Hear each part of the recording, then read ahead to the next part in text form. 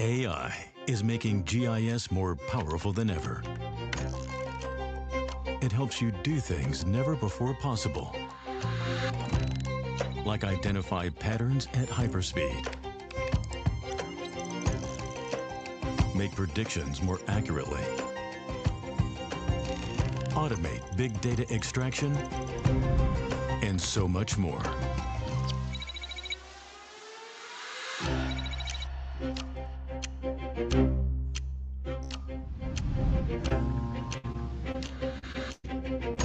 When a major port wants to improve the supply chain flow, thousands of ship tracking routes are collected. Then AI and GIS analyze it to show bottlenecks in minutes, making it easy for decision makers to access. Where is ship traffic slowing down? Decide where shipping lanes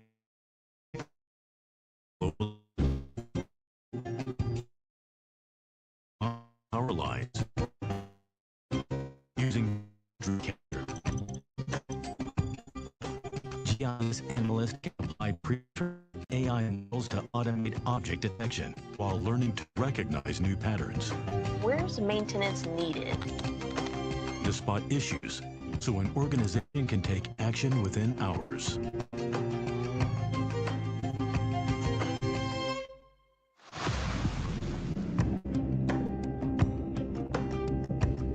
If you want to understand how sea surface temperatures will impact an ecosystem in the future, Which coral reefs will be the most threatened due to sea surface warming in 10 years? it can process decades of data in minutes and show predictions. In a world with overwhelming amounts of data, GeoAI is a tool that empowers you to do what you've always done, but better, faster, and more precisely. Using AI machine and deep learning, it can analyze data on weather and soil across countless acres of land Where should we plant this season? and predict where crop yields will be biggest. Or evaluate numerous urban planning statistics Where to build next? to forecast multiple outcomes on where to build next.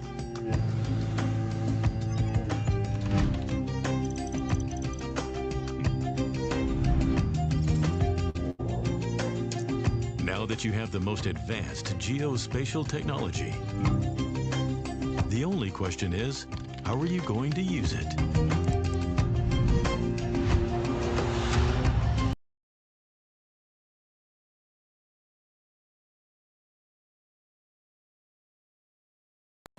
Hola, hola, bienvenidos y bienvenidas a nuestra sesión número 2 del workshop en Sistemas de Información Geográfica con Inteligencia Artificial. Por favor, colóquenme aquí en los comentarios quienes participaron o vieron la grabación de la sesión número 1.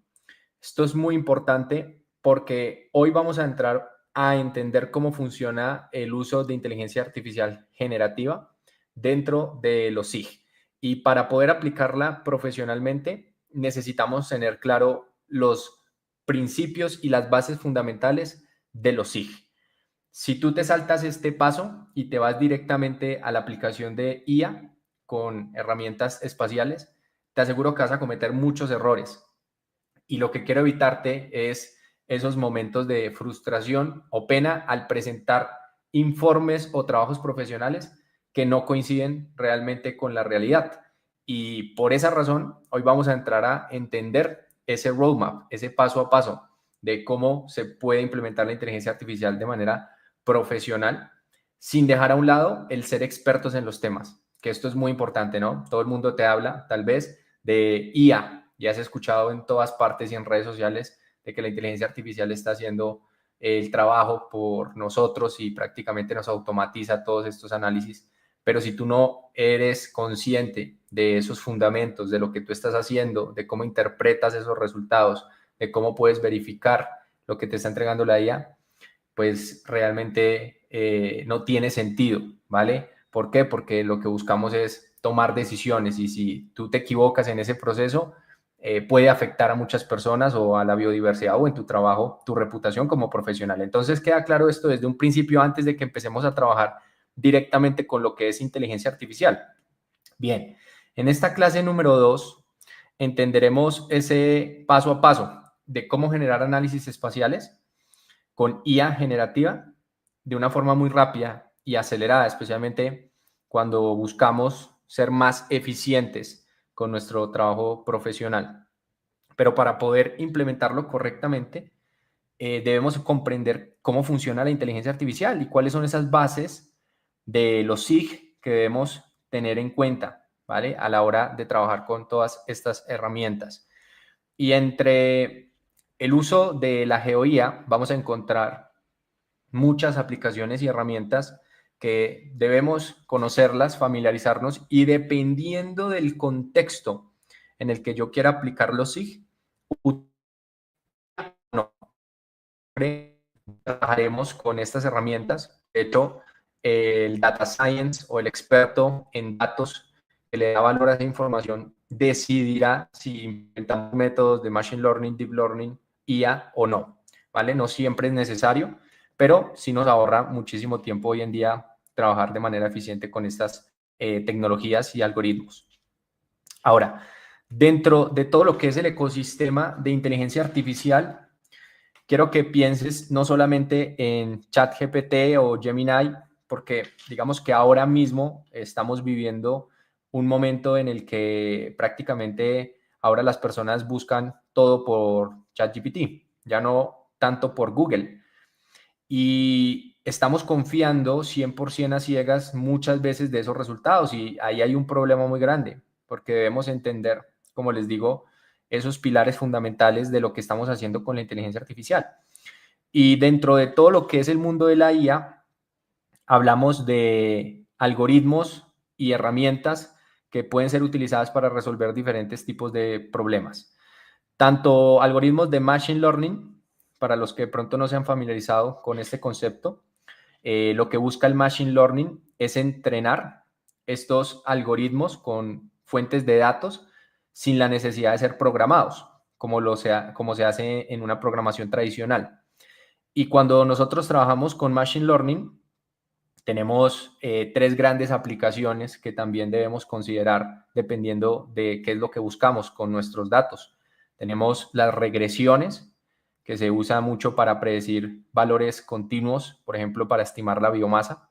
Pero también tenemos clasificaciones, que se usa mucho en coberturas de la tierra o para mapeos de susceptibilidad a inundaciones, entre otras aplicaciones de riesgos. Y también tenemos lo que es la clusterización y dentro de esa clusterización métodos no supervisados, que ya luego vamos a hablar un poquito sobre estos temas. Y solamente estamos hablando allí de lo que es el machine learning sin entrar en entender que existen algoritmos muy diferentes, algoritmos como Random Forest, como Decision Trees, como el Support Vector Machine, el XGBoost, entre otros que tenemos nosotros dentro de este mundo. Ahora, también hablamos del deep learning, ¿no? El aprendizaje profundo de máquinas y que buscan replicar ese pensamiento humano, esa forma en la que funciona nuestro cerebro. El computer vision también es muy utilizado en algoritmos de inteligencia artificial. El object tracking. Tenemos paqueterías dedicadas a lo que es deep learning, como por ejemplo el TensorFlow, el Keras, y paqueterías para machine learning como scikit-learn, en donde podemos aplicar múltiples modelos muy interesantes. Entonces, para entender un poco más cómo funciona la IA en el uso de los SIG, vamos a segmentarlo en 2 grandes mundos. Por un lado, el análisis geoespacial con inteligencia artificial. Y aquí entra estos algoritmos de los cuales les estaba hablando. Machine Learning, Deep Learning, Random Forest, Decision Trees, redes neuronales, entre muchas otras aplicaciones, tanto para datos de drones como para datos que tengamos nosotros en un Excel, como para imágenes satelitales, datos de tipo LiDAR, información que tengamos disponible en video, en imágenes, etcétera, dependiendo ese tipo de dataset o de fuente de datos, aplicaremos algoritmos diferentes. Pero por otro lado está el gran uso de lo que es la inteligencia artificial generativa, que son estos asistentes de IA que podemos usar hoy en día de una manera muy simple, como ChatGPT, como QueenChat, Gemini, Grok, Claude. Tenemos varias inteligencias artificiales generativas y que constantemente evolucionan con sus versiones y que nos permite a nosotros hacer búsquedas mucho más eficientes, poder crear flujos de trabajo, ingeniería de datos, que esto es una aplicación muy importante en el uso de algoritmos de inteligencia artificial. Yo tengo que primero aplicar transformaciones si es necesario, tengo que normalizar mis datos si es necesario, limpiarlos, entender sus estructuras, para luego elegir qué métodos de transformación o normalización aplicaré que me permitan obtener mejores resultados en mis modelos.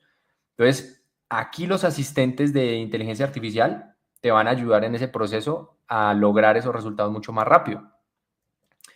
Por lo tanto, la inteligencia artificial es el conjunto, ¿ok?, de programas con capacidad de aprender y razonar como humanos. No tienen el elemento de creatividad como lo puede desarrollar el ser humano, pero sí con toda la información con las que se entrenaron estas guías, permite conectar puntos aislados, encontrar, digamos, nuevas formas de conectar la información que uno como profesional o ser humano muchas veces las omite o de hecho ni las tiene en cuenta. Pero precisamente es como tener un experto enfrente tuyo que con una buena conversación y un buen entrenamiento vas a obtener muy buenas respuestas de lo que tú estás buscando. Y dentro de la inteligencia artificial está el machine learning y el deep learning, que son subconjuntos dentro de lo que es IA.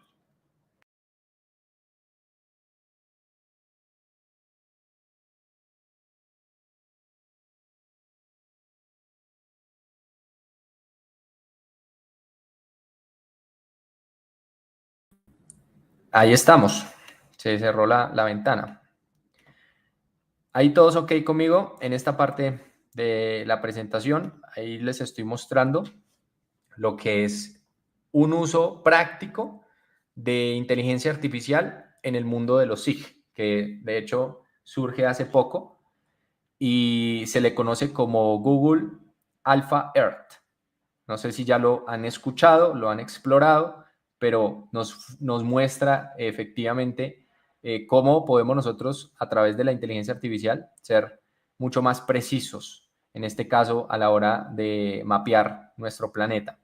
Y entonces lo que hizo Google fue crear un modelo de inteligencia artificial que integra múltiples conjuntos de datos satelitales para que a través de ese algoritmo por el cual pasan todas estas imágenes satelitales, haga su proceso de aprendizaje y de transformación y lo convierta en imágenes de embedding, que el embedding, digamos que es un concepto que se usa mucho en el machine learning, que son métodos en donde se agrupan, ¿vale?, varios algoritmos de IA.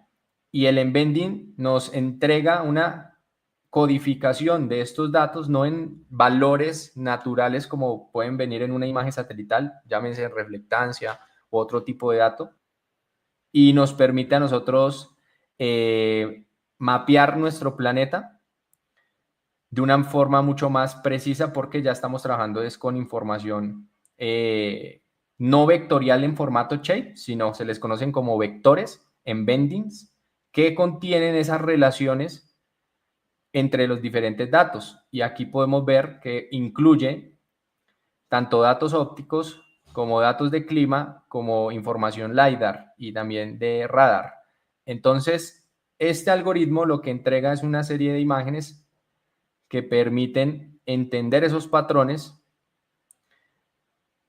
en cualquier parte del mundo. ¿Y por qué es importante esto? Cuando nosotros entrenamos modelos de inteligencia artificial, necesitamos que los datasets sean de buena calidad. que tengamos información confiable. Y cuando uno trabaja con imágenes satelitales, uno de los principales problemas con las imágenes ópticas, que son las de Landsat o Sentinel-2, es el problema de las nubes. Sin embargo, acá no tenemos esa dificultad y está mucho más estandarizada la data para luego aplicar otro tipo de algoritmos. ¿Qué puedo hacer yo con inteligencia artificial generativa entonces? Puedo partir desde escribir código para lenguajes de programación. Por ejemplo, quiero trabajar con Google Earth Engine y estoy buscando hacer un modelo de regresión de temperatura con Landsat y Sentinel para llevar eso a 10 metros y trabajar islas de calor urbana, por ejemplo. Yo puedo apalancarme de la inteligencia artificial para escribir un código que es complejo, hasta el más sencillo de cómo cargar una capa raster en Engine, ¿no? Como simplemente que te dé la parte del script que te agrega la información, que es muy básico. Pero puedo llegar a niveles mucho más robustos, a crear aplicaciones, a generar modelos mucho más avanzados. También puedo automatizar la descarga y procesamiento de imágenes satelitales. Esto es súper útil porque muchas veces el descargar imágenes satelitales pesa bastante y da mucho tiempo. Sobre todo si yo quiero hacer un modelo que involucre múltiples datos. Por ejemplo, yo no solamente voy a trabajar con imágenes satelitales de Landsat, sino que yo voy a trabajar, por ejemplo, con imágenes de clima, imágenes de elevación, de topografía, altura de los bosques, entre muchas otras variables que pueda incluir en mi modelo. Entonces, ese proceso es tedioso. ¿A quiénes de aquí les ha pasado que intentan descargar información o lo han querido hacer y se les dificulta? Pongan ahí un yo. Esto precisamente lo resuelve la inteligencia artificial generativa, entendiendo cómo funciona. Podemos generar análisis completos, clasificar coberturas, crear dashboards, ahorrar horas de trabajo. Realmente ese es el beneficio más importante de entender cómo funciona la inteligencia artificial. El ahorrar tiempo, costos y sobre todo ser mucho más eficientes. Y estos asistentes de inteligencia artificial pues nos van a permitir a nosotros generar proyectos mucho más rápido. Como el tiempo para todos son 24 horas, en este caso podríamos crear múltiples proyectos sin agobiarnos, sin colapsarnos, apalancándonos también de nuestros códigos para generar un análisis que normalmente te puede tomar a ti semanas o días hacerlo, lo podría generar en horas o en minutos, dependiendo de ese nivel computacional que se requiera. Podríamos aplicar la inteligencia artificial en cualquiera de estas fuentes de datos. Cuando nosotros trabajamos con SIG, y que precisamente cuando yo les enseño a mis estudiantes del programa de alto rendimiento los fundamentos de los SIG, es importante tener en cuenta que hay algo que se le conoce como los metadatos. Los metadatos es los datos sobre los datos, así se traduce textualmente. ¿Qué significa? La procedencia, la calidad de la información espacial. Y nosotros vamos a toparnos en este mundo con múltiples fuentes de datos. Datos que provienen directamente de imágenes satelitales o pueden provenir de una base de datos institucional o de un levantamiento de información en campo o con drones, etc. Sin embargo, detrás de todos estos datos debemos comprender ese metadato. ¿Para qué? Para luego nosotros decidir cómo vamos a utilizar esa información correctamente con el uso de la inteligencia artificial. Por ejemplo, si vas a trabajar con imágenes satelitales, tú debes entender los fundamentos de la teledetección y tienes que comprender cuáles son las bandas satelitales o qué representan. Ya ahorita lo vamos a explicar. ¿Cuál fue la resolución del raster que se generó con ese estudio? ¿Cuáles fueron esas estadísticas de precisión? Si fue un modelo, por ejemplo, de regresión. Y cuando yo tengo claro esto, podría utilizar estas fuentes de datos para múltiples proyectos que se adapten a esa calidad. Nosotros vamos a utilizar muchísimo en el aprendizaje e implementación de los SIG lo que se conoce como la teledetección satelital. La teledetección satelital es una técnica, un arte, una ciencia que se encarga de extraer información, ya sea a nivel espectral, temporal y espacial, de cualquier objeto de nuestro planeta sin contacto directo, es decir, a través de satélites. Lo que significa que vamos a poder utilizar esta información satelital en cualquier parte del mundo. Es decir, tanto en Colombia como en Perú, en Bolivia, en Chile, en Argentina, en Nicaragua, Honduras, en cualquier parte tenemos información satelital que cubre muchas veces ese vacío de datos que no están en las instituciones, que hacen parte de la ID de nuestros países. Entonces, si yo, por ejemplo, estoy creando un mapa de precipitación y requiero utilizar datos oficiales, muchas veces tengo que hacer un proceso de validación y limpieza y también de completación de datos, porque muchas de estas estaciones no tienen información completa o son muy pocos puntos para poder generar un buen análisis. Entonces ahí es en donde entra también el uso de información satelital que permita relacionarse con esa información que tengo yo puntual para generar modelos mucho más robustos para el seguimiento de ese tipo de fenómenos. Y desde 1970 hemos venido capturando con el Landsat datos satelitales. Ahora, no va a ser prácticamente los mismos sensores que teníamos antes de Landsat 8 a los que tenemos hoy en día. Como se dan cuenta, aquí tenemos el sensor OLI-TIRS. Es decir, desde el 2013 hemos venido capturando información también, no solamente a nivel espectral, sino también de temperatura, que es el sensor de OLI. El de TIRS, perdón, y el de OLI es el multiespectral. Entonces tenemos OLI-TIRS, ese sensor directamente equipado en el satélite de Landsat. ¿Qué aplicaciones o usos pueden tener las imágenes satelitales? Depende de lo que tú quieras hacer y en dónde lo enfoques. Tú podrías implementar imágenes de satelitales para gestión del territorio y catastro. Ahí requieres imágenes de alta resolución y algoritmos de machine learning, algoritmos de deep learning. Por ejemplo, hay un algoritmo que se llama SAM, que es Segmented Anything Model. Y ese Segmented Anything Model es de Meta y se usa mucho para digitalizar. Pero hay otros algoritmos también muy interesantes en catastro. Urbanismo, agronomía, medio ambiente, negocios y geomarketing, monitoreo climático, vulnerabilidad y predicción de desastres, minería, hidrología y sector energético y muchos más, incluyendo geología, geoquímica. Vamos a trabajar con todos estos sectores. Entonces, cuando uno está empezando en SIG, digamos que lo que busca es como resolver el problema que uno tiene ahora mismo, ¿no? Digamos que si yo estoy haciendo una tesis y mi tesis se enfoca en biodiversidad, pues eso es lo que voy a buscar, cómo hacer los análisis de biodiversidad para graduarme. Y lo mismo pasa cuando uno, digamos, está empezando en este mundo. Si yo soy geólogo, buscaría aprender SIG en geología, ¿cierto? Eso es como lo que uno pensaría. Sin embargo, ahí existe un gran problema.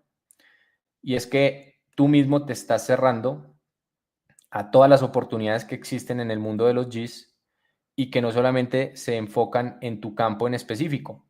Habrán momentos en el que tú tengas un proyecto que no sea de geología, sino que se requiera levantar información específicamente para temas ambientales, para generar modelos, para trabajar en agricultura.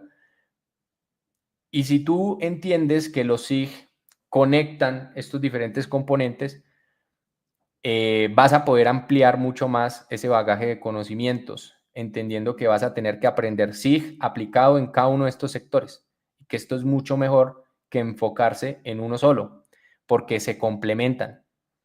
Si yo quiero trabajar, por ejemplo, en gestión del territorio y catastro, yo tengo que también aprender teledetección y tengo que aprender sobre machine learning, deep learning, digitalización vectorial, tengo que aprender a utilizar estos software, ArcGIS, QGIS, a trabajar con topologías de relaciones, bases de datos geográficas.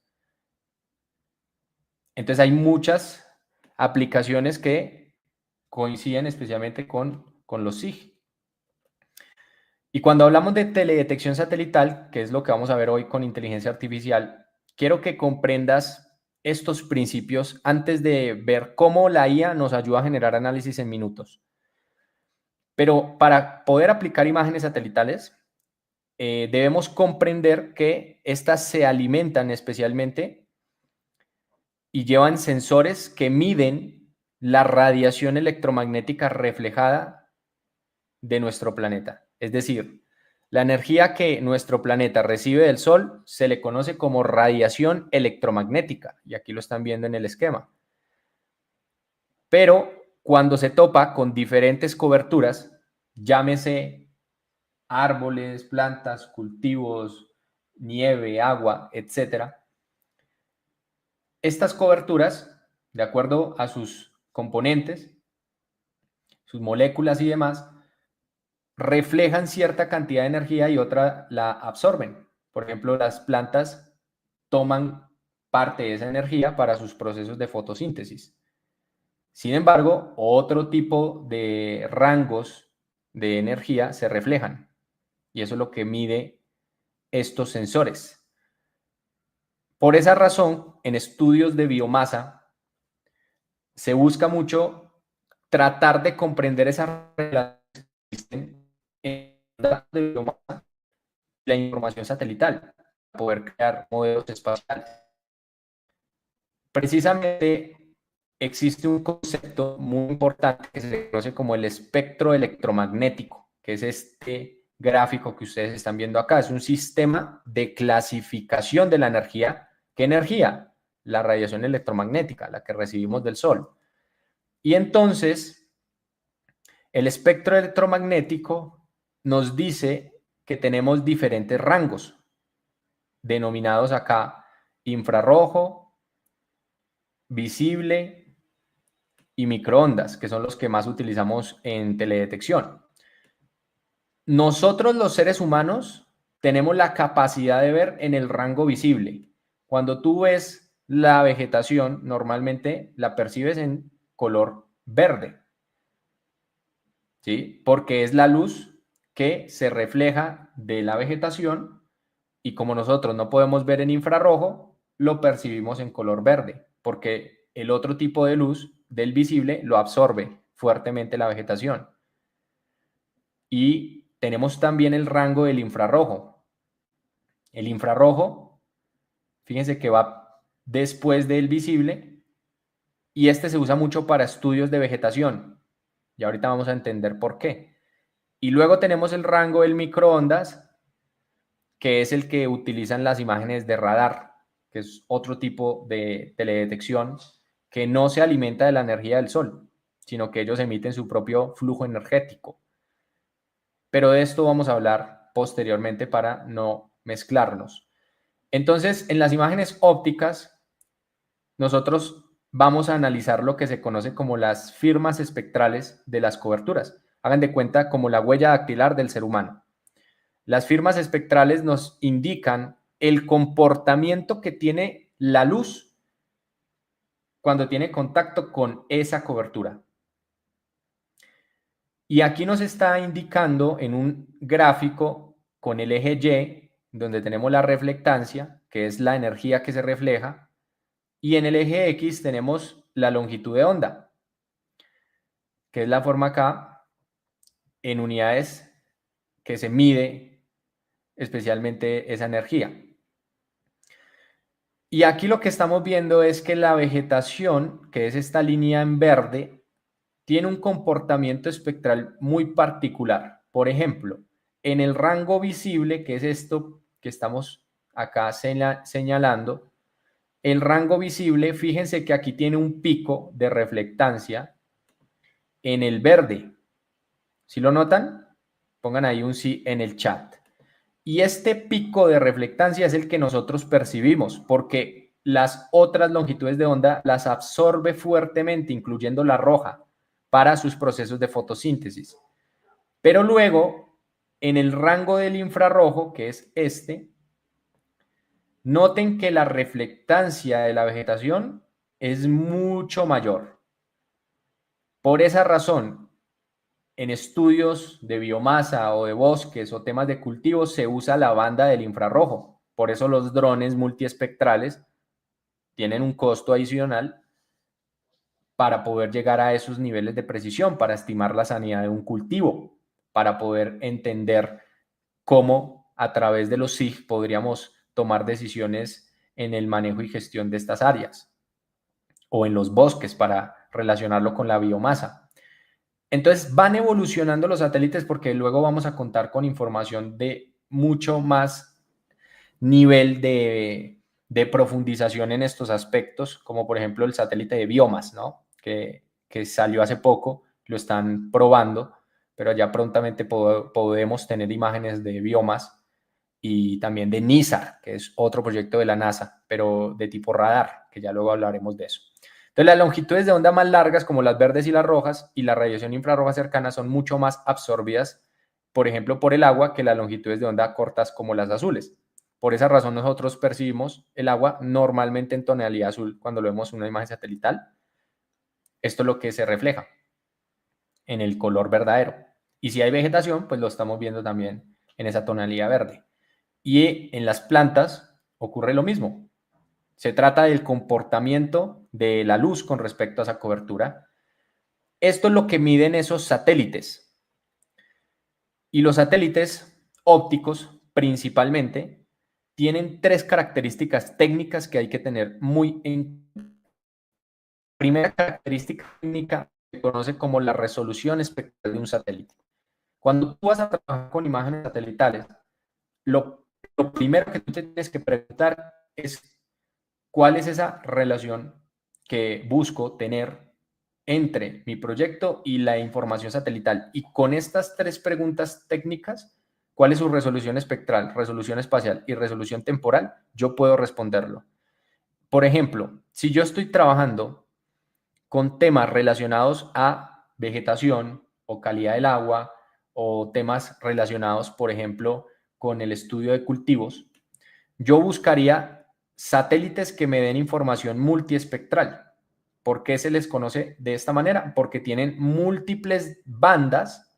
Las bandas de un satélite van a estar asociadas a qué tanto capturan del espectro electromagnético.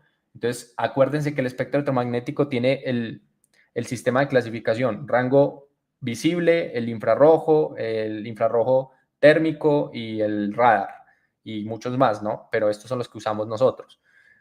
Entonces, en el infrarrojo hay varias bandas que van capturando ciertos rangos de ese pequeño fragmento del espectro electromagnético. Lo mismo con el visible. La imagen visible captura en una banda la luz azul, en otra banda la verde, en otra banda la roja. No lo captura todo en una sola banda. Entonces, hay satélites que tienen más detalle en la forma en la que capturan estos datos y hay otros que omiten ciertos rangos dentro del espectro. Pero cuando yo utilizo imágenes multiespectrales, tengo más de 8, 11 bandas. De ahí para adelante, cuando ya tenemos más de 30 bandas, 50 bandas o mucho más, estamos trabajando con satélites hiperespectrales. Tienen muchísima información. Entonces, el multiespectral me entrega mi información del visible y del infrarrojo. Y si trabajo con Landsat, tengo también el infrarrojo térmico. Entonces, ¿mi estudio involucra este tipo de coberturas? Sí, entonces trabajo con multiespectral. Si no involucra ese tipo de coberturas y solamente lo quiero para planos, para poder hacer un mapa de zonificación basado en lo que estoy viendo en mi imagen, yo no necesito información multiespectral. Trabajo con un dron o con una imagen en RGB, una imagen satelital que me permita simplemente ver a color y yo hago una interpretación y empiezo a digitalizar o empiezo a hacer mi análisis.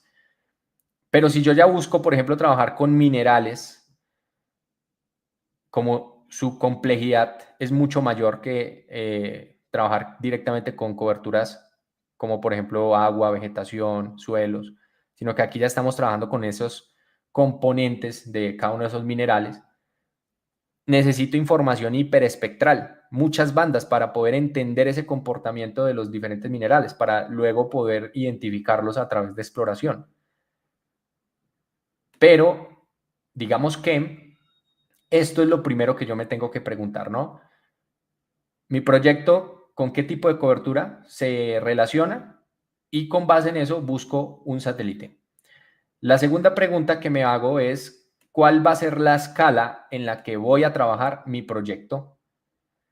La escala se utiliza en los SIG para poder nosotros representar en unidades del mapa lo que se representaría en unidades reales.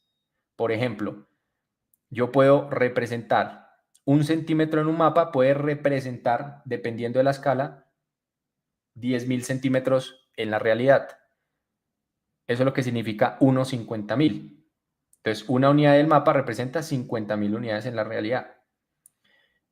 Y en este caso, como estamos viendo, las imágenes satelitales, la unidad mínima de información se le conoce como un píxel. Estos píxelitos que ustedes están viendo acá. Estos píxeles vienen en resolución, 30 metros, 5 metros, 1 metro, depende. Hay píxeles hasta de kilómetros de resolución. Y cuando yo tengo claro esto, puedo hacer un acercamiento. Esto no es una regla 100% directa, pero estamos en el rango en el que yo podría tener en cuenta que cuando trabaje con imágenes de 30 metros, más o menos, porque no es exacto esta escala, estoy entre unos 50.000 a unos 80.000, incluso unos 100.000, para trabajar con 30 metros. Sería lo ideal. Lo que no sería ideal es trabajar con 30 metros en una escala de 1 a 2.000. No tiene sentido. ¿Por qué? Porque la resolución no es tan detallada para poder obtener una escala fina. En este caso, yo tengo que buscar imágenes que tengan especialmente una resolución de píxel, por ejemplo, de 5 metros, 1 metro. ¿Se comprende?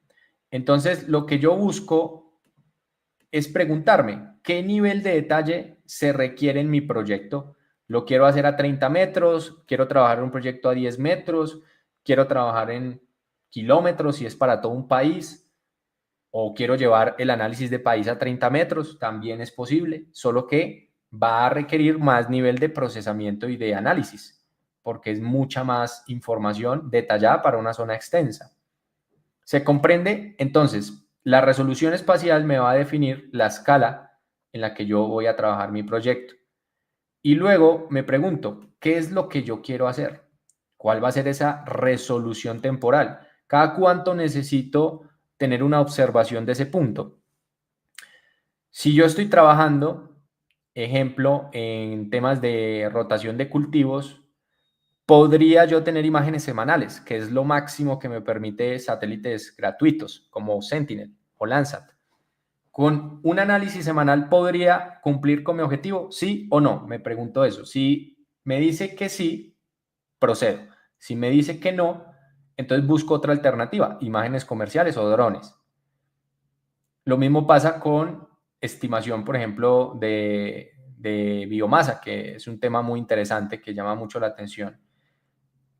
Y de hecho hay varios estudios de cómo se genera los modelos de biomasa y específicamente mencionan que es mucho más útil trabajar con imágenes promedio, no con una imagen específica de un mes, sino con una imagen promedio incluso por temporada seca y temporada húmeda. Y que esto permite entender mucho mejor esas relaciones de la biomasa con los datos satelitales. En vez de utilizar una fecha concreta, yo genero un promedio de 6 meses, 3 meses, dependiendo esas temporadas. Y esto permite obtener métricas de resultados, ¿sí? De hecho, yo estuve haciendo una pequeña investigación aquí en ChatGPT, fíjense, de estimaciones de biomasa con datos satelitales. Y me parece muy interesante esto porque precisamente me apalanco también de la inteligencia artificial para buscar metodologías. Por ejemplo, Acá lo que nos estaba mencionando es que utilizan datos de Getty LiDAR, ¿sí? Que han hecho varias investigaciones también con Landsat 8 utilizando índices, pero que también esto se afecta por nubes en zonas húmedas tropicales, en bosques densos, y los índices suelen saturarse a altos niveles de biomasa. Pierden sensibilidad entre 50 y 100 megagramos hectárea. Por ello, combinar las métricas estructurales de Getty, como la altura del dosel, permite obtener mejores resultados en la estimación de biomasa. Es decir, datos de altura, también es importante esa variable. Y fíjense que implementan para todos estos temas modelos de regresión lineal múltiple, implementan modelos de machine learning, como por ejemplo Random Forest, implementan Support Vector Regression, el Nearest Neighbor también, solo que en cuanto a los resultados, también utilizan otros algoritmos. Por ejemplo, acá nos indican que modelos como el Deep Learning y las redes neuronales han mostrado unos ajustes en los modelos muy altos. Por ejemplo, el R cuadrado, 0.935, y un root mean square, que es otra métrica, 15.7 megagramos hectárea, y que supera notablemente el Random Forest, que fue el segundo mejor con R. De 0.90. Entonces, cuando yo ya empiezo a darme cuenta de que el mundo de los SIG se trata también de comprender y buscar esas relaciones que no necesariamente son lineales entre las variables. Por ejemplo, la biomasa no solamente va a estar relacionada con el índice de vegetación. Entonces, una relación lineal sería: aumento el índice, aumenta la biomasa. Disminuye el índice, disminuye la biomasa. Pero no necesariamente en este tipo de estudios hay relaciones lineales. Y por eso estos algoritmos de Machine Learning, Deep Learning, tratan de encontrar esas relaciones no lineales evidentes entre los datos, en donde involucran múltiples tipos de fuentes. Datos de temperatura, precipitación, humedad, pendiente, elevación, para poder, ¿qué? Tratar de entender el comportamiento de esa variable, para luego predecir o para crear modelos. Entonces, fíjense que en este tipo de investigaciones se preguntan eso: ¿cuál va a ser la resolución espacial? ¿Cuál va a ser la resolución temporal? ¿Y cuál va a ser la resolución espectral? ¿Queda claro este punto? Colóquenme ahí en el chat. Cuando yo empiezo ya a entrar mucho más a profundidad con todos estos estudios de teledetección satelital, uno se encuentra con un mundo de posibilidades que nosotros podemos aplicar, siempre y cuando tengamos claro cómo funciona.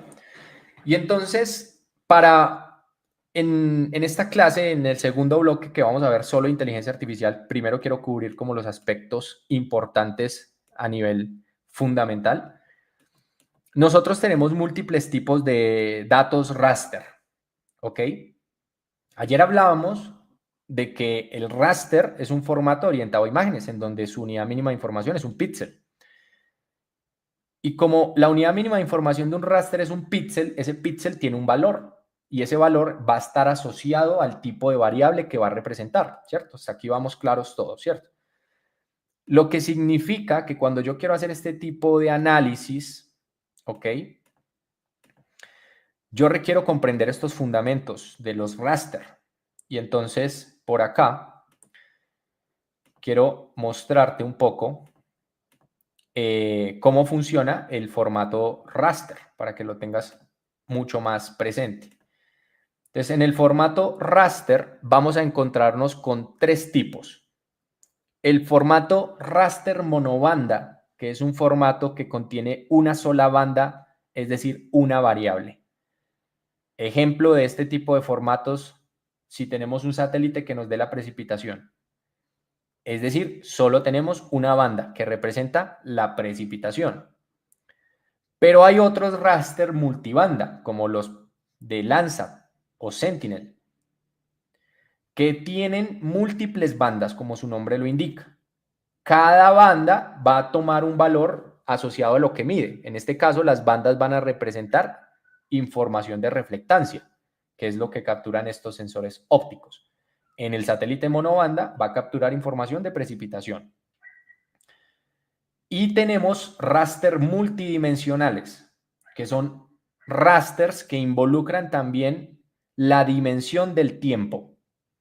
Y estos se usan mucho para generar predicciones o modelos climáticos, para comprender en un raster cómo esa variable está cambiando a lo largo del tiempo, a diferencia del multibanda y el monobanda. Y solo me da los datos de ese momento específico o un promedio específico o un valor que yo haya calculado. Pero en el multidimensional yo tengo un campo que es el tiempo y tengo los valores asociados a esas fechas. Yo puedo crear estos raster multidimensional dependiendo qué quiera hacer, pero son tres tipos de raster con los que nos tenemos que familiarizar. ¿Queda comprendido esta parte? Entonces, cuando tú te pones a buscar, vamos a ir aquí a Google Earth Engine. Cuando tú te pones a buscar en diferentes portales o a través de esta plataforma que se llama Google Earth Engine, rasters, vamos a conocerlos un poco. Por ejemplo, tenemos el de Landsat. Fíjate que aquí están todos los satélites de Landsat. Y Landsat tiene también diferentes colecciones. Esto lo vas a entender un poco más adelante, pero básicamente la colección E2 permite ya tener los datos en reflectancia. Entonces aquí tenemos Landsat 2, Landsat 8 colección 2. Y aquí nos dice reflectancia. Y por acá tenemos también otro tipo de imágenes de Landsat 7, Landsat 4, Landsat 3, etc. Entonces, por ejemplo, este de Landsat 8 colección 2. Entonces yo le doy clic. Fíjense que aquí tengo una pestaña que dice bandas. ¿Cuáles son las bandas que contiene este satélite? Fíjense que acá nos indica banda 1, corresponde al rango del aerosol costero y la resolución es de 30 metros. ¿Se acuerdan las preguntas técnicas? Aquí ya no lo está diciendo. La banda 2 corresponde al rango del azul y su resolución también es de 30 metros. Entonces, este es un satélite multibanda. ¿Por qué? Porque tiene múltiples bandas. Pero fíjense que también hay algunas bandas que tienen diferentes resoluciones. Por ejemplo, esta banda 8 es una banda pancromática. Se usa mucho para aumentar la resolución del RGB de Landsat. Pero por acá tenemos otras bandas, como la 10 y la 11, que esto ya está rescalado a 30 metros, para información térmica. Entonces, acá me está indicando la información. Ahora veamos otro dataset. Por ejemplo, vamos a buscar el de SHIRPS. El satélite de SHIRPS se usa para medir la precipitación. Y SHIRPS tiene acá una banda que se llama precipitación. Entonces, ¿a qué resolución? Aquí nos está dando el valor mínimo y máximo y la resolución está acá, 5.566 metros. Entonces, yo tengo una resolución espacial y tengo acá el raster, que en este caso es monobanda. ¿Se comprende? Y yo ya puedo leer los datos de una forma mucho más fácil si comprendo estos fundamentos. Ahora, ¿en qué consiste literalmente este tipo de modelos de Machine Learning?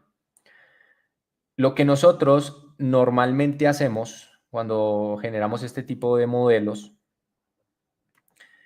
es, primero, definir cuál es el problema que queremos resolver, ¿no? Entonces, si es una regresión con datos continuos o una clasificación, simplemente asignarle una cobertura de la Tierra a los píxeles. ¿Qué queremos hacer, no? Y entonces, dentro de lo que es el Machine Learning, ¿ok? Nosotros tenemos que comprender este punto importante. Y es que en este tipo de análisis de inteligencia artificial hay un input, que son los datos, y también las respuestas, que es lo que nosotros buscamos optimizar. A diferencia de la programación tradicional, nosotros en Machine Learning le vamos a dar al modelo muchos datos, muchos datos. ¿Cuántos datos? Depende también del tipo de modelo, que eso está explicado en Scikit-learn. Pero dentro de lo que es el input de datos, aquí hablaremos ya sea de una imagen satelital con solamente sus bandas o múltiples imágenes satelitales que compongan mi dataset. Y la respuesta va a ser esa variable objetivo que queremos optimizar. Por ejemplo, quiero crear un modelo de Machine Learning para estimar la biomasa. La variable objetivo sería la biomasa. Y los inputs de datos serían todas mis imágenes satelitales. Quiero clasificar una imagen para coberturas de la Tierra y cambios de usos del suelo. Entonces, el input de datos son mis imágenes satelitales, pero mi variable objetivo serían los puntos de entrenamiento que tengan una etiqueta asociada a la cobertura que yo quiero optimizar para que el algoritmo, que son diferentes tipos de algoritmos, ellos nos generen esas reglas en la forma en la que se puede predecir o clasificar o agrupar ese tipo de datos, porque aprenden de esas relaciones entre los inputs. Entonces, en el Machine Learning, el enfoque se invierte.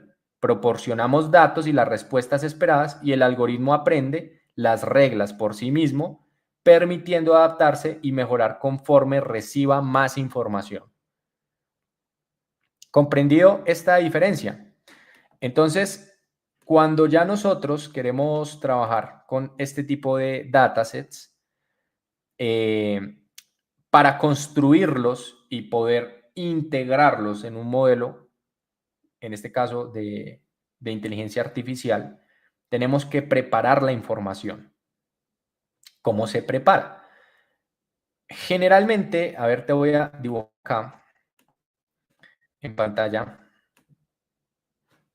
cómo funcionaría, digamos, la lógica en la que nosotros vamos a extraer esta información. La lógica sería la siguiente. Si yo tengo, y aquí les voy a hacer un pequeño dibujo, me confirman ahí si están viendo. Yo tengo, por ejemplo, una imagen satelital, ¿cierto? Llámese Landsat. Esta imagen satelital, ¿vale? Nosotros tenemos los píxeles distribuidos en la imagen. Cada uno de estos píxeles, que voy a pintarlo en rojo, contiene el número de bandas asociada a esta imagen satelital, ¿cierto? Hasta aquí. Comprendido, ¿sí? Ahí vamos viendo. Verifiquemos que esto se conecte bien. Voy a volverles a compartir aquí mi ventana.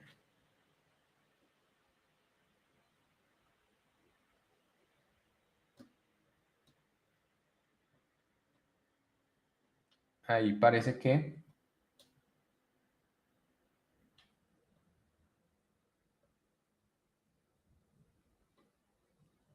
está conectando. ¿Ustedes me escuchan aquí en el chat? Me confirman si ustedes me escuchan. Vamos a ver si acá ustedes me están escuchando. ¿Todo perfecto? Perfecto, listo.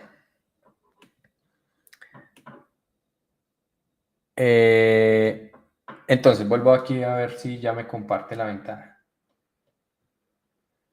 Porque yo quería que ustedes pudieran ver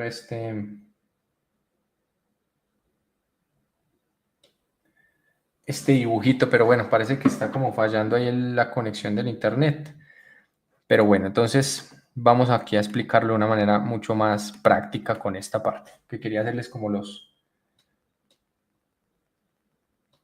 Voy a verificar nuevamente.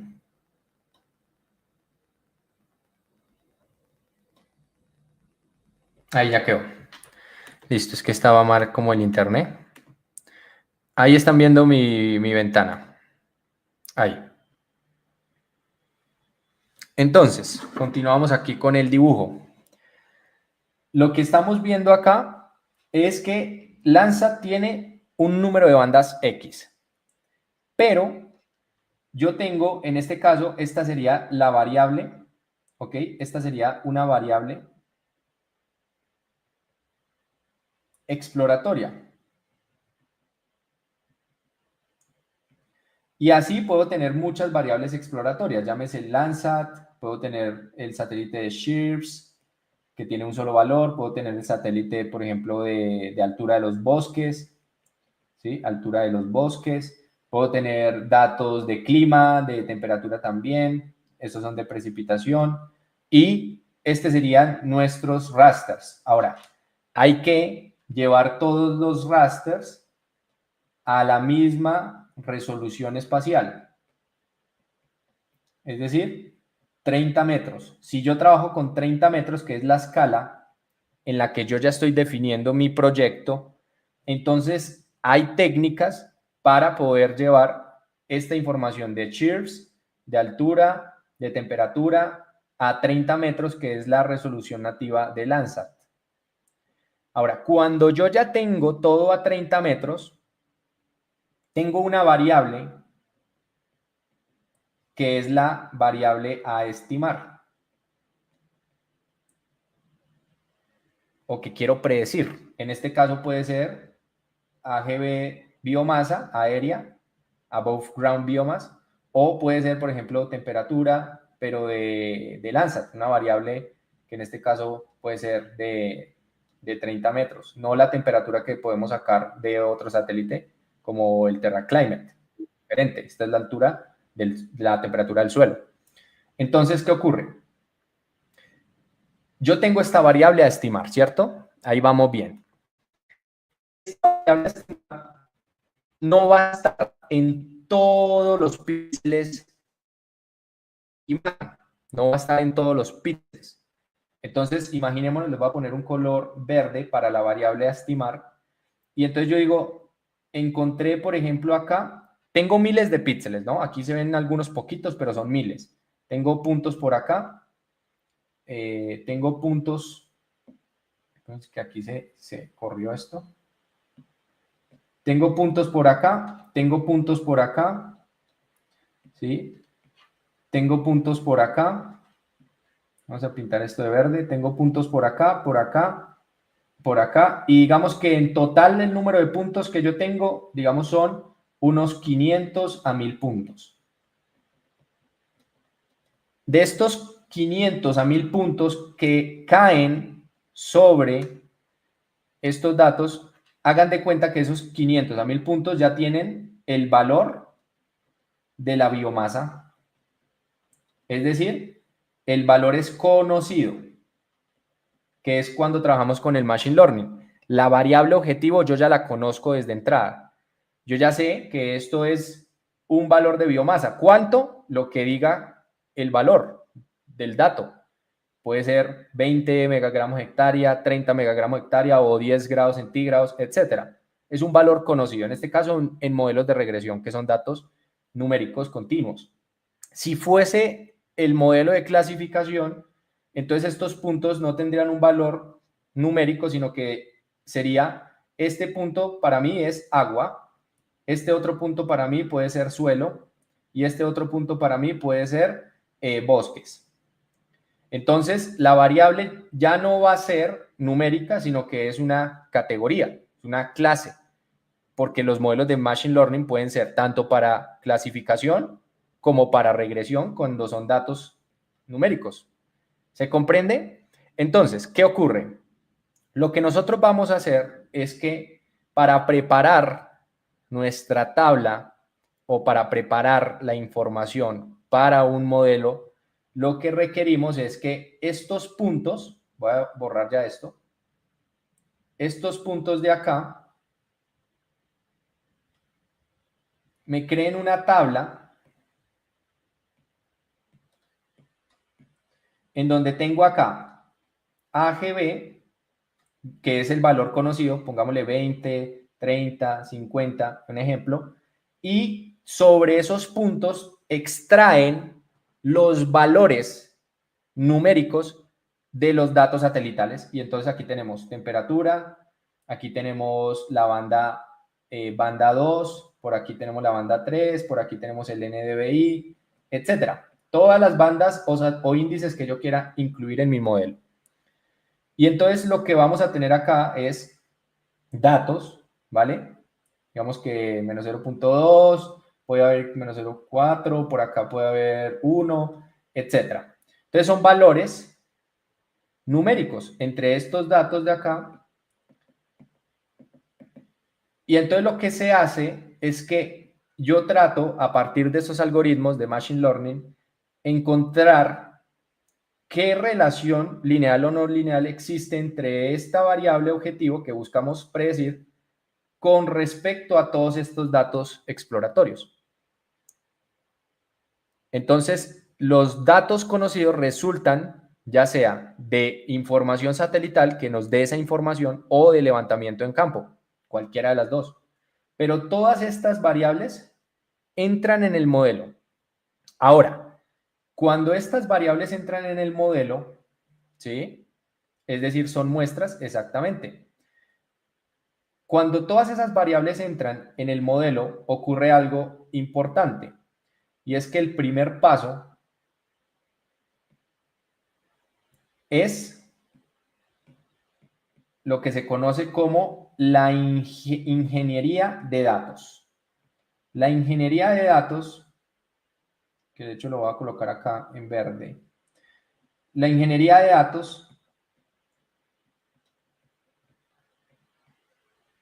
datos es la que me va a permitir explorar, transformar, normalizar, etcétera, mis datos para que la mejor calidad de los datos entren en el modelo de Machine Learning o de Deep Learning.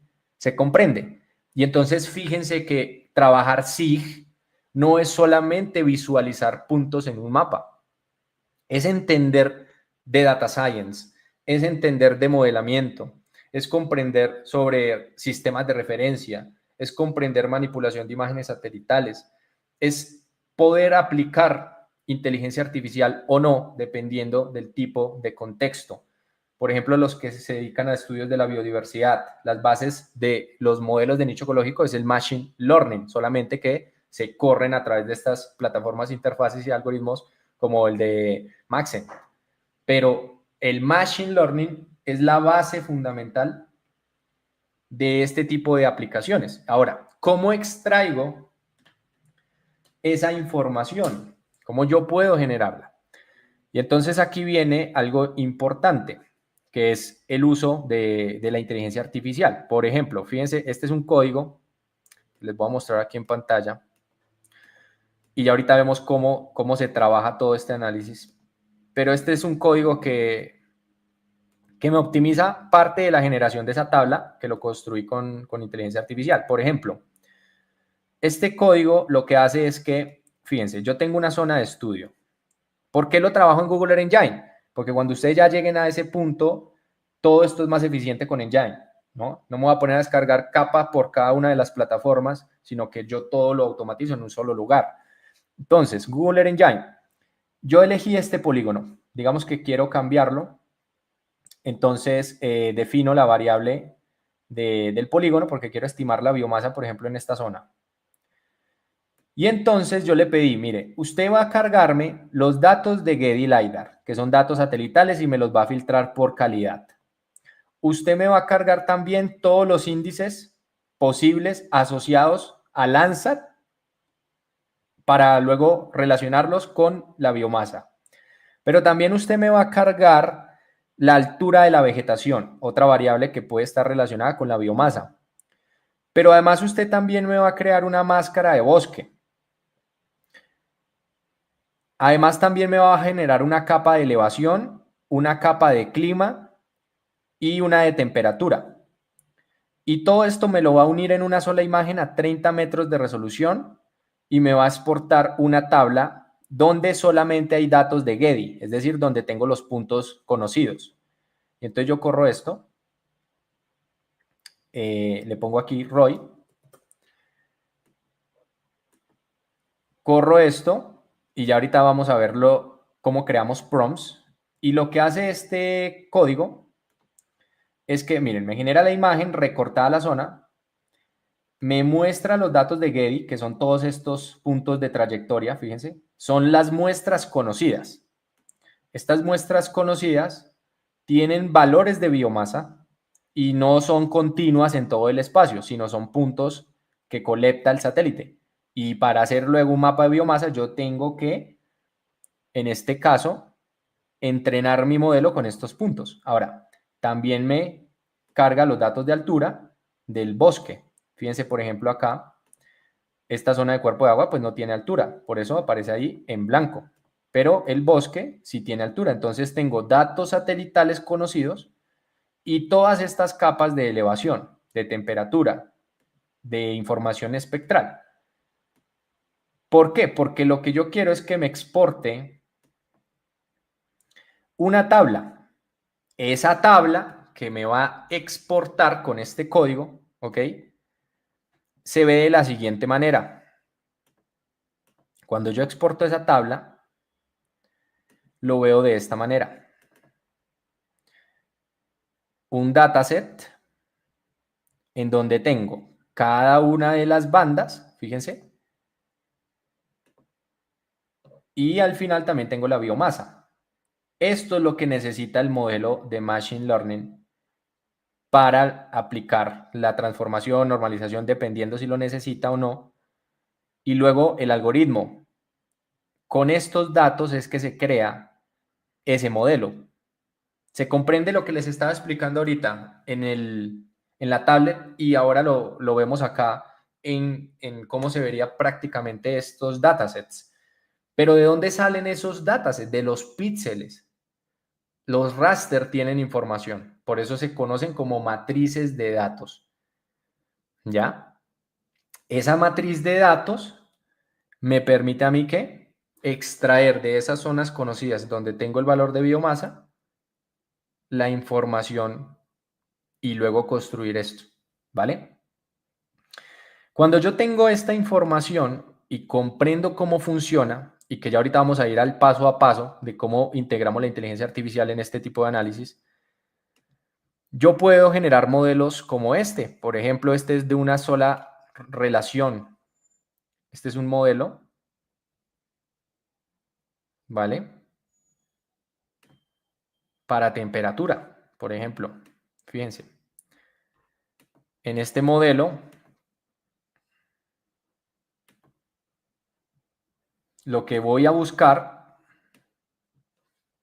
es poder crear una ecuación entre los datos satelitales de Landsat con los datos de temperatura para luego llevarlo a 10 metros. Fíjense, aquí yo estoy viendo, esto es para aplicaciones urbanas, la temperatura en áreas urbanas y fíjense cómo se ve de calidad el modelo y ahorita lo vamos a analizar.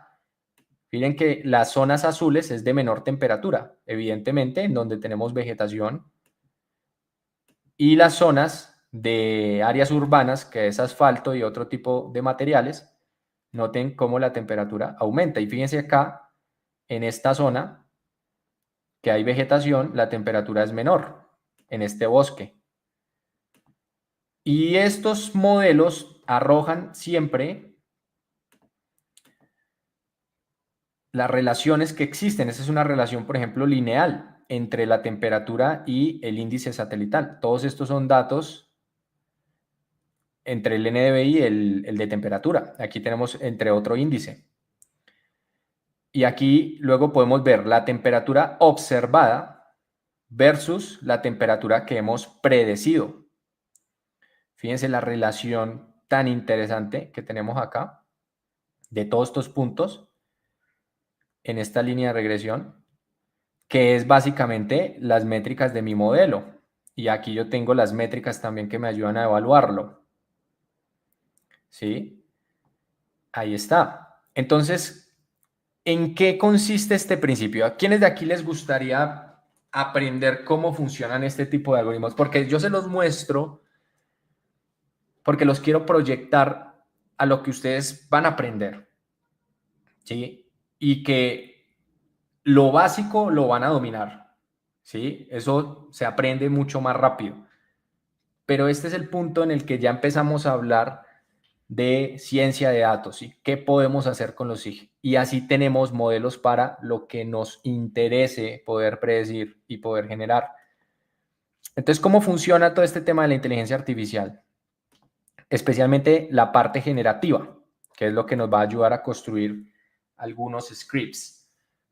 Pero hay mucho que aprender sobre todos los algoritmos y que precisamente hacemos también este workshop como para poder abrirles un poco la perspectiva de todo lo que pueden ustedes hacer con los SIG y que cuando hablen o escuchen de SIG, no solamente sea ArcGIS o QGIS. Los SIG son mucho más que estos dos software. Es un universo completo. Y aquí es en donde tenemos que nosotros buscar las mejores herramientas de acuerdo a la necesidad. Cuando integramos inteligencia artificial, nuestro objetivo es poder acelerar estos procesos. Y entonces les voy a compartir una metodología que no es la única para crear prompts, que nos ha dado muy buenos resultados. Entonces, esta metodología consiste en 5 pasos. Los pasos que ustedes están viendo allí, contexto, profundización, alineación, ejecución y verificación, se usan para poder darle una estructura a la inteligencia artificial. Ahora, hay un tip que también, digamos que les recomiendo que lo hagan con la inteligencia artificial antes de implementar este prompt, que es preguntarle a la inteligencia artificial y decirle que a ti te haga las preguntas necesarias para luego entender cómo puede ayudarte. En lugar de pedirle directamente lo que tú quieres, te voy a enseñar un truco. Tú lo que haces es venir a la inteligencia artificial, te voy a mostrar esto antes de ver el prompt en funcionamiento, y lo que tú le vas a decir es, quiero descargar una imagen satelital de Landsat 8C2 de Google Earth Engine y quiero que me hagas todas las preguntas necesarias para obtener la mejor respuesta del código de JavaScript.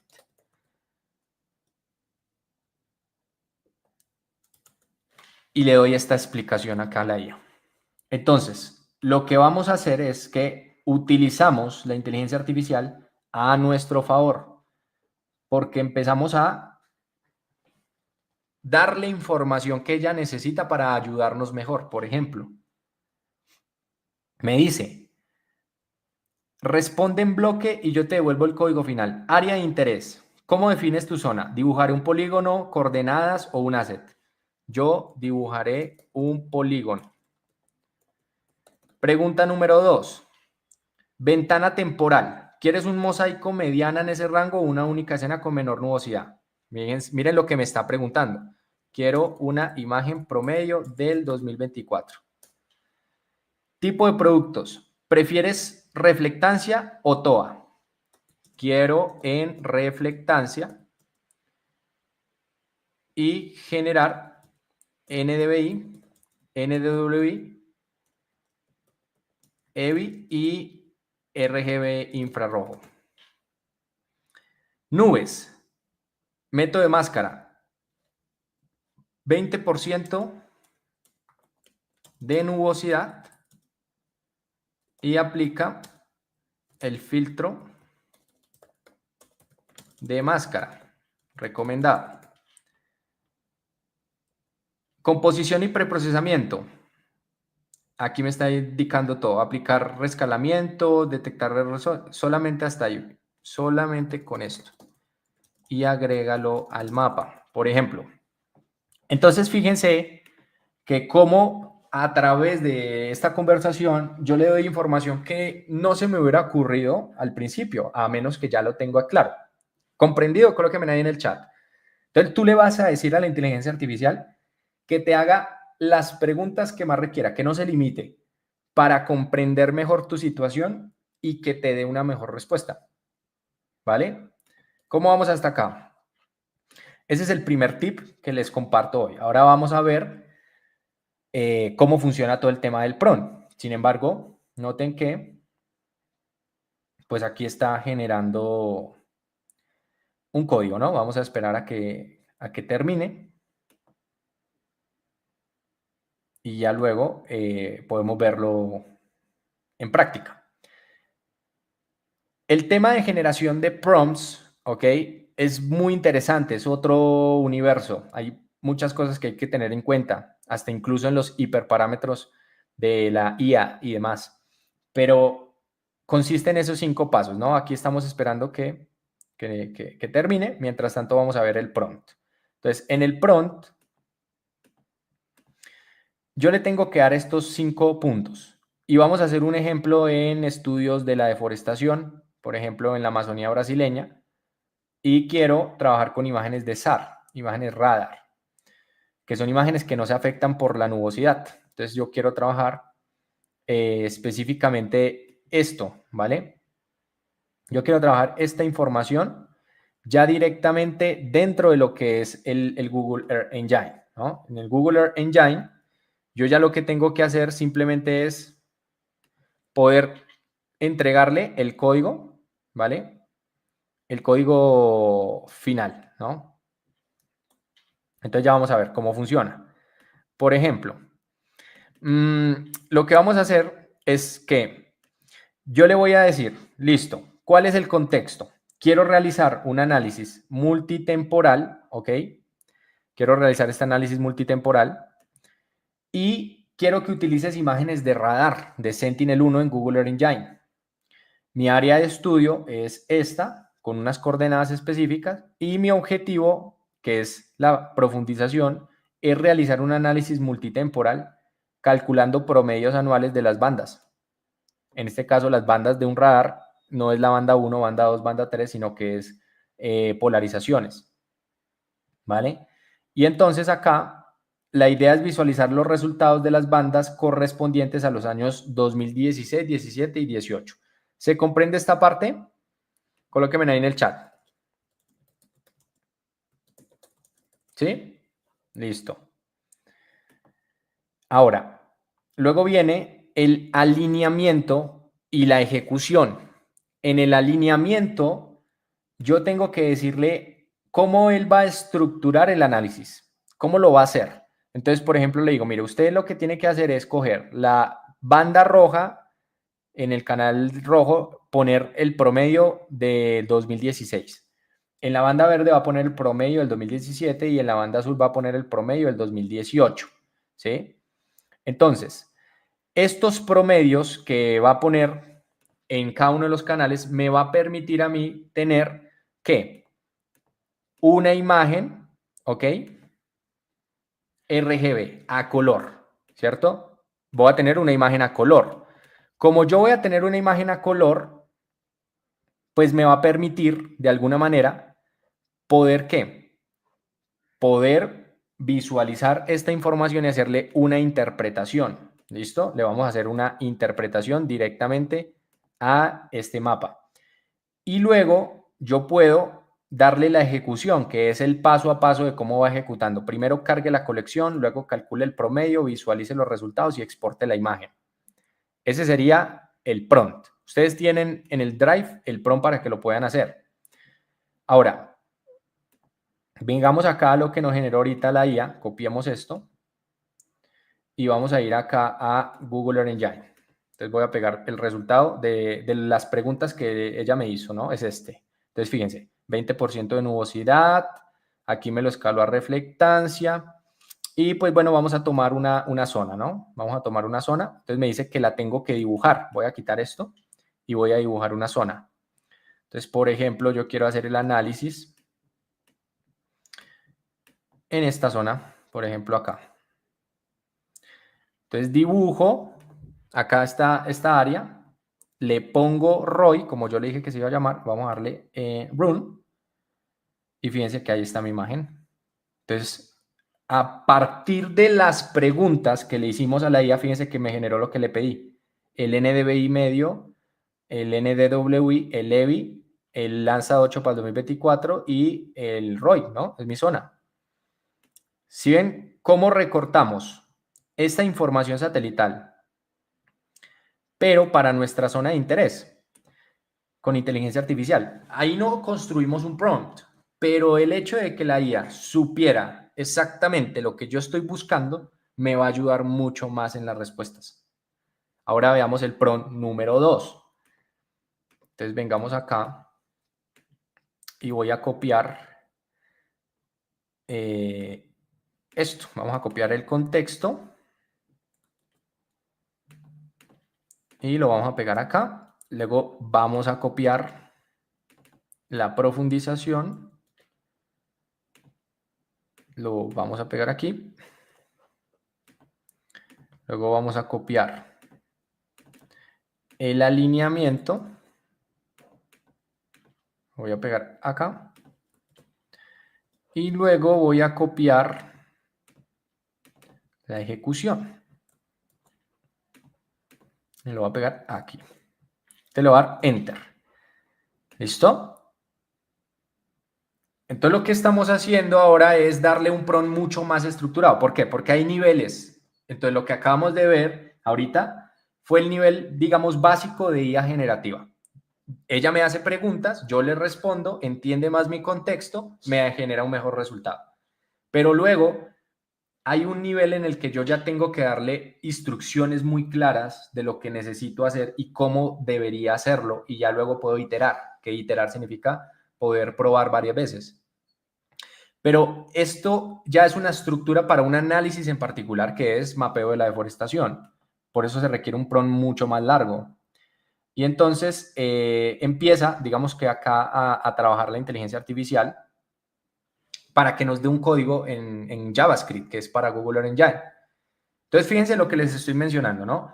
La IA generativa nos ayuda también a comprender mejor el contexto, nos ayuda a descargar datos si quiero hacerlo, a preparar la información, pero también si yo le doy un prompt mucho más estructurado, me genera esos análisis.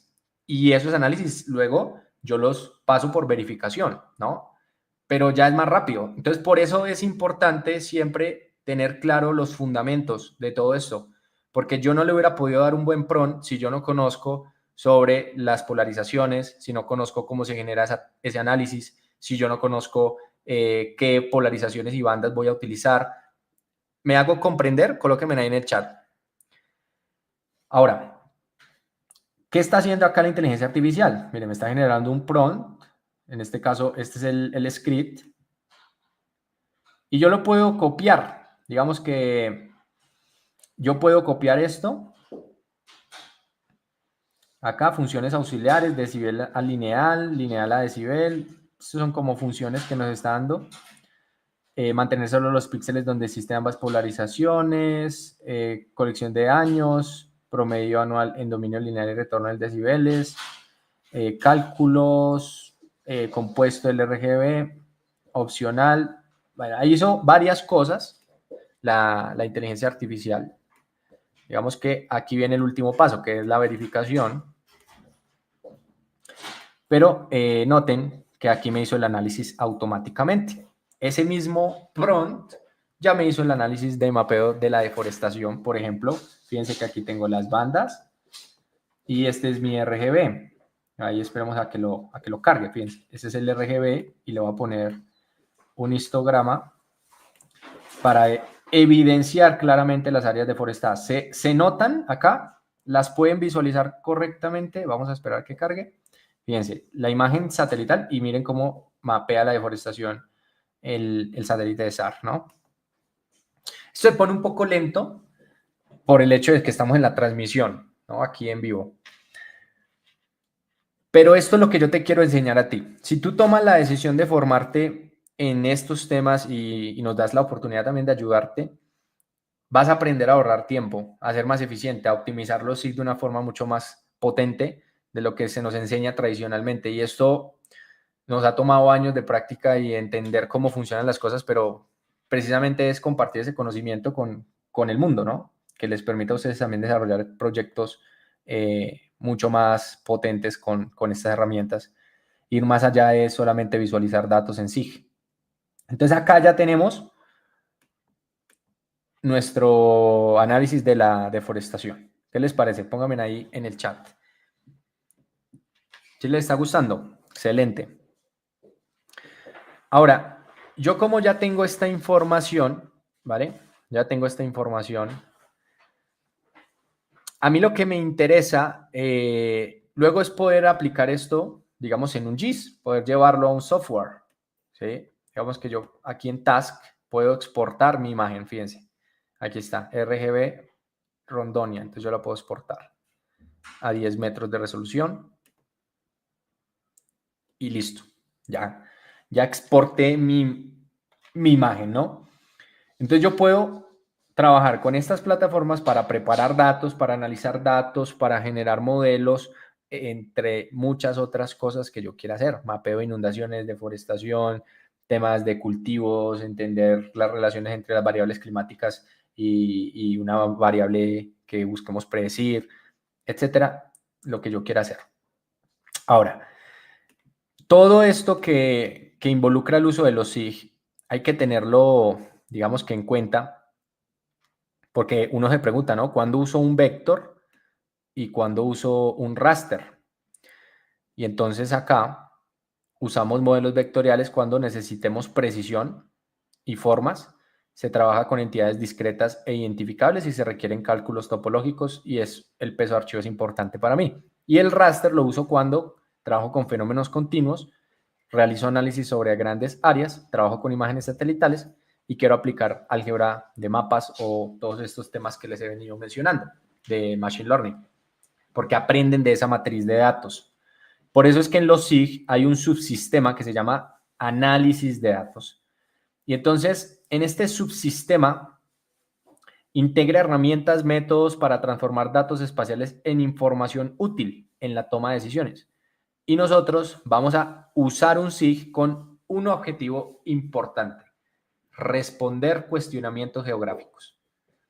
El SIG se implementa para poder llegar a esas respuestas que nos planteamos, como por ejemplo entender cómo se distribuye la biomasa, cómo se distribuyen las especies, cuáles son las áreas de mayor riesgo, cuáles son las áreas propensas a inundaciones, cuáles son las áreas de mayor temperatura a nivel urbano, dónde puedo encontrar una especie invasora y cómo se distribuye, cuáles son los factores ambientales que influyen en su distribución. ¿Qué pasaría si aumenta la temperatura a tantos grados? Escenarios de cambio climático. Si ven que todo lo que está en torno a los SIG es cuestionamientos geográficos. ¿Cuánto hay de bosque en tal lugar? ¿Cuánto hay de cultivos? ¿Cómo ha cambiado eso en el tiempo? Y todas esas preguntas están asociadas en estas categorías: a la forma en la que se distribuyen los fenómenos, la posición, la extensión, la asociación espacial, la interacción espacial y la variación espacial. Y dentro de estas preguntas están la mayoría de análisis: análisis multicriterio, análisis de regresiones, análisis de deep learning, análisis de geoestadística.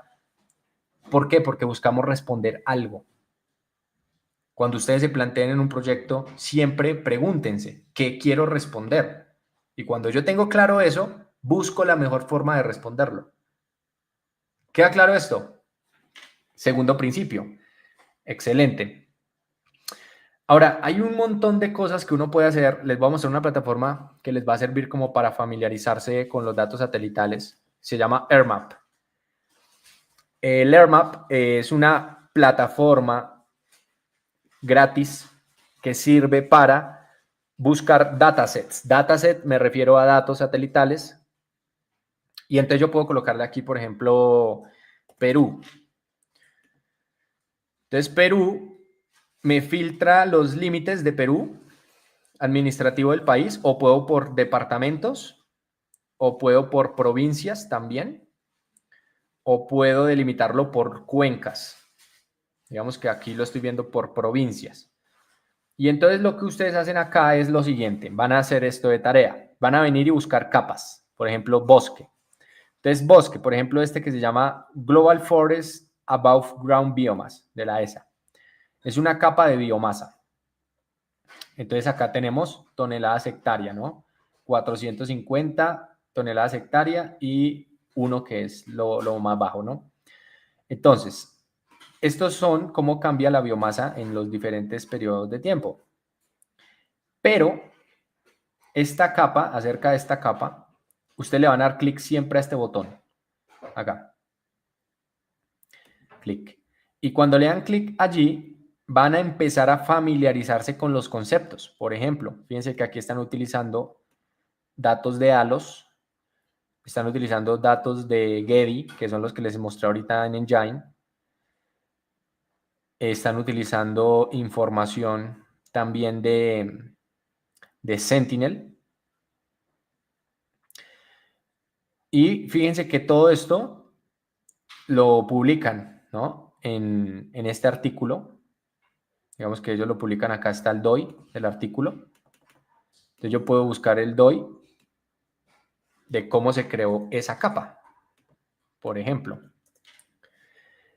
Y entonces entro y fíjense que este me lleva a un portal de catálogo de la ESA que se llama ESA Biomass Climate Change Initiative.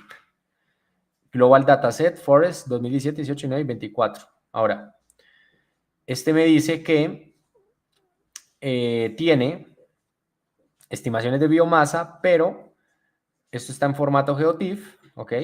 En formato TIFF. Y por acá me está indicando de qué parte del mundo tengo esta información. Y ya con esto yo le puedo decir, digamos, download, ¿no? Pesa 281 gigabytes. Entonces fíjese que aquí esto es un problema, ¿no? Bajarse 281 gigabytes, pues no, la verdad no tiene presentación. Entonces, por esa razón utilizamos Engine y Python para bajar solamente los datos de la zona que a mí me interesa, porque si no, tendría que bajarme este dataset y me pesa 281 gigabytes. Y aquí está, por ejemplo,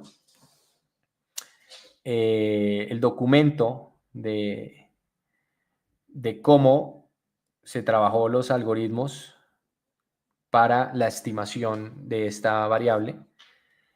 Y entonces fíjense que aquí está Biomass Algorithm Document. Y por acá, dentro de este documento, fíjense que aquí están utilizando Sentinel-1, están utilizando Landsat, MODIS también, elevación, los métodos de estimación. Vamos a los métodos, por ejemplo, es la página 80. Yo vengo por acá y pongo 80. Y fíjense que aquí está en los métodos de estimación de biomasa. Aquí no lo están mencionando. Y fíjense que aquí está la metodología. Entonces, lo que utilizan, lo que procesan, los datos. Y aquí están ellos generando ya como tal el modelamiento. Fíjense que aquí está explicado toda la metodología. Y lo hicieron a 100 metros, ¿no? 100 metros de píxel. Entonces, esto está para 100 metros. Solo que, si yo aprendo a trabajar con Getty y a generar modelos así, puedo llevarlo a 10 metros o 30 metros.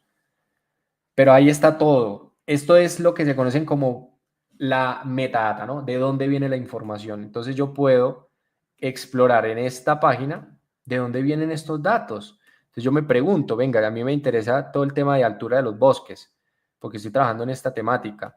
Venga, esta capa, ¿de dónde viene? Ah, mire, la generaron con Landsat y con Getty y tiene 30 metros de resolución espacial, esta altura. Me parece interesante. Venga, ¿cómo lo hicieron? Entonces me voy aquí a fuente de datos.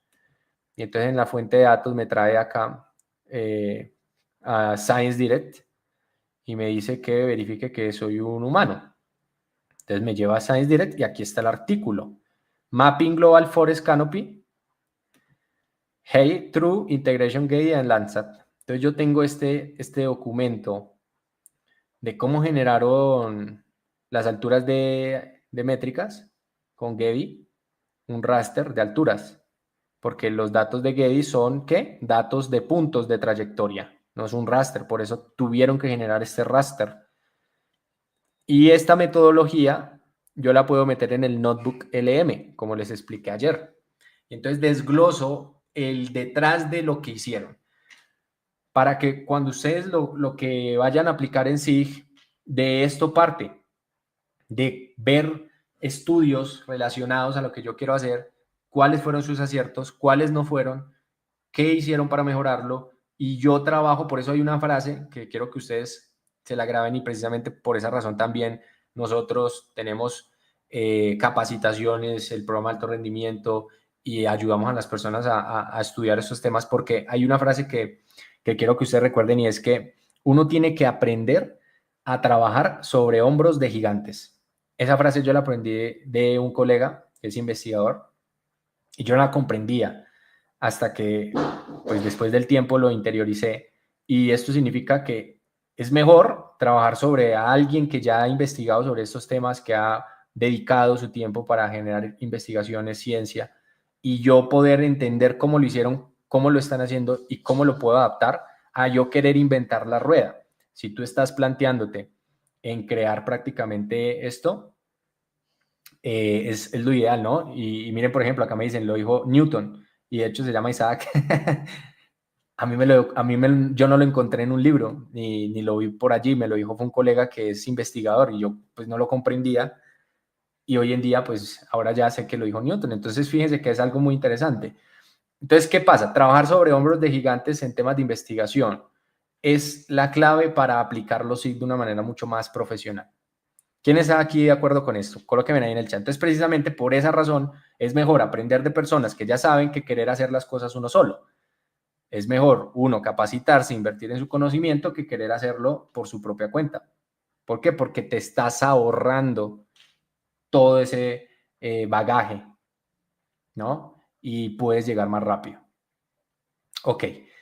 Ahora, ya viendo cómo funcionan estas herramientas, lo que ustedes deben tener en cuenta siempre es que hay muchas formas de llegar a un resultado. No hay una única manera de hacerlo. Tú puedes elegir entre hacerlo más eficiente o menos eficiente. Por ejemplo, cuando tú trabajas con software como QGIS, ¿sí?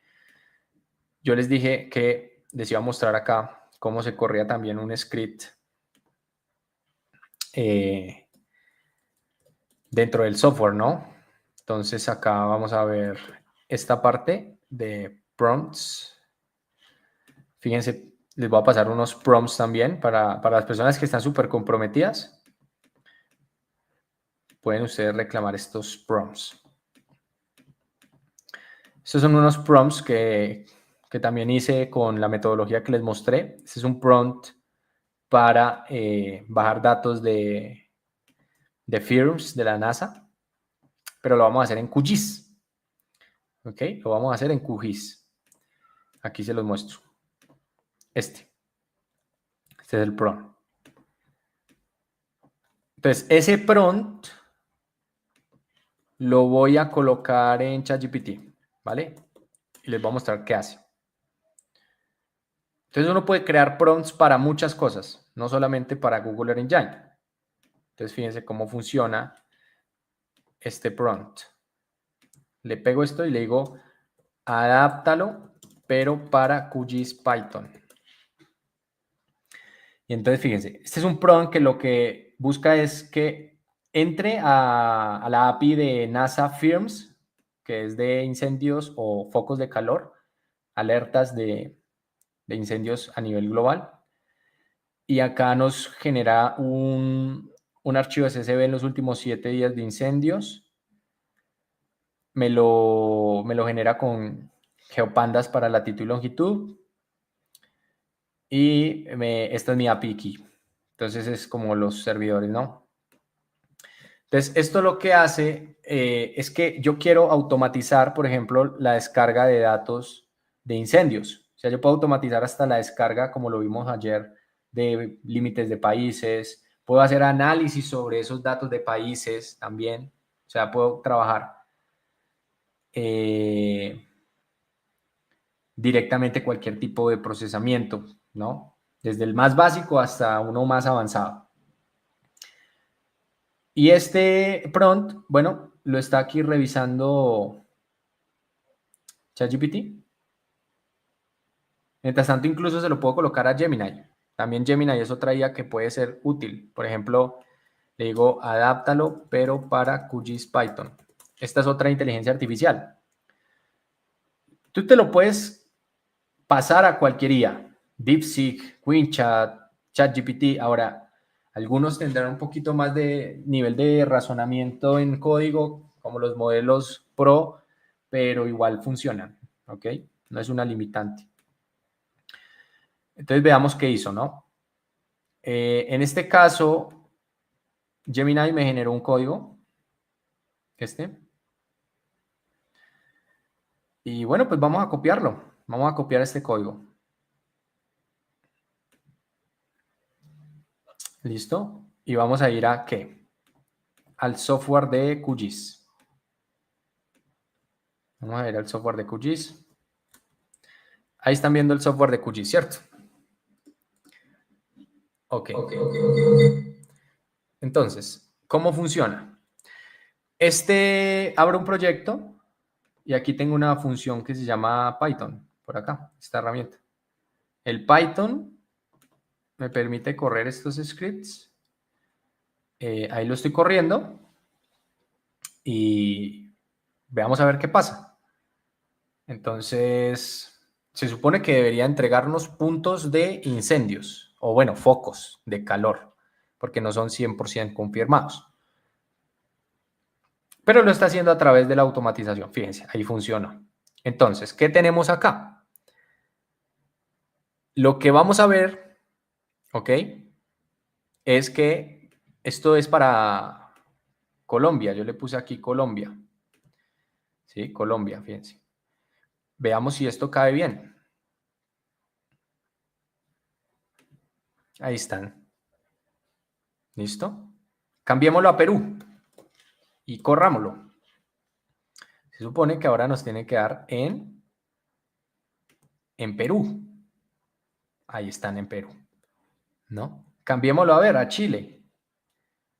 Entonces me estoy evitando pasos tediosos en plataformas cuando yo puedo automatizarlo. ¿Qué les parece? Ahora, yo con estos datos, ¿qué voy a hacer? Pues ahí viene lo que les expliqué hoy. Responder cuestionamientos geográficos. Dependiendo de lo que yo quiera hacer, puedo responder cuestionamientos geográficos o puedo hacer acá visualizaciones, entender cómo están cambiando esto a lo largo del tiempo, puedo hacer una clusterización, lo puedo usar estos datos de focos con variables y generar una regresión, o puede ser una de las variables con base en lo que yo quiera hacer, depende de lo que yo quiera hacer. Pero el tema es que los datos yo ya los estoy generando. ¿Ok? Ahora, ¿cuándo se aprende esto? Cuando ustedes ya pasen por los niveles básicos. Digamos que mi objetivo, y especialmente con el programa de alto rendimiento, es ese, que ustedes aprendan desde cero.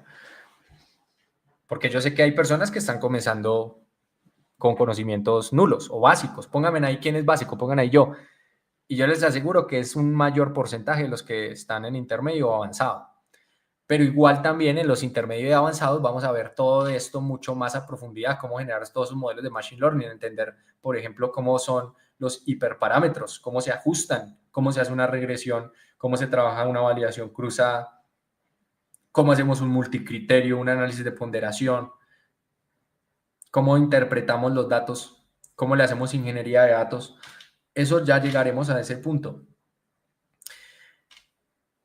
Colócame por favor en el chat qué es lo que más te gustó de esta clase número 2. Ya hemos llegado al cierre de la sesión y bueno, realmente digamos que mi propósito es ayudarles a ustedes con el aprendizaje de los SIG.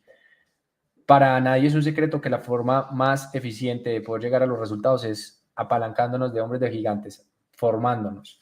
Yo mañana voy a abrir las inscripciones de mi programa. Este es un programa que te va a dar resultados y te aseguro que si tú tomas acción, vas a lograr generar no solamente mapas que puedan utilizarse en tus proyectos, sino que también vas a desarrollar un pensamiento analítico que te permita sentirte en confianza cuando estés presentando estos informes, cuando estés haciendo tesis, cuando te pidan hacer un trabajo para ofrecer consultorías. O sea, no solamente enfocado en un tema específico, sino que desarrolles habilidades de trabajar con múltiples software, con ArcGIS, con QGIS, con Google Earth Engine, con Python, con R, que aprendas a generar inteligencia artificial con Machine Learning, Deep Learning, IA generativa, ¿sí? Es todo un proceso de capacitación.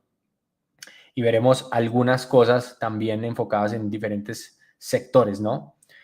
Aquí, por ejemplo, me indican en geología, también veremos parte de todo ese análisis, que parte de las mismas bases, ¿ya? Que ya hay otros temas que son, por ejemplo, entender cómo se generan algunos modelos en geología, ¿no? De exploración y demás. Pero todo esto se aprende desde cero. Me encanta que coloquen aquí en el chat lo que más les ha gustado de la sesión.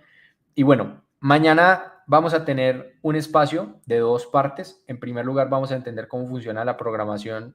En segundo lugar, vamos a ver cómo ustedes podrían vivir de los SIG. Les voy a contar desde mi experiencia propia cómo estas herramientas pueden ser utilizadas e implementadas en diferentes sectores y sobre todo cómo pueden ustedes sacarle provecho a todo este conocimiento. De hecho, pónganme ahí en el chat a quién le gustaría vivir de los SIG o tener ingresos con los SIG o una fuente adicional o que sea su fuente principal.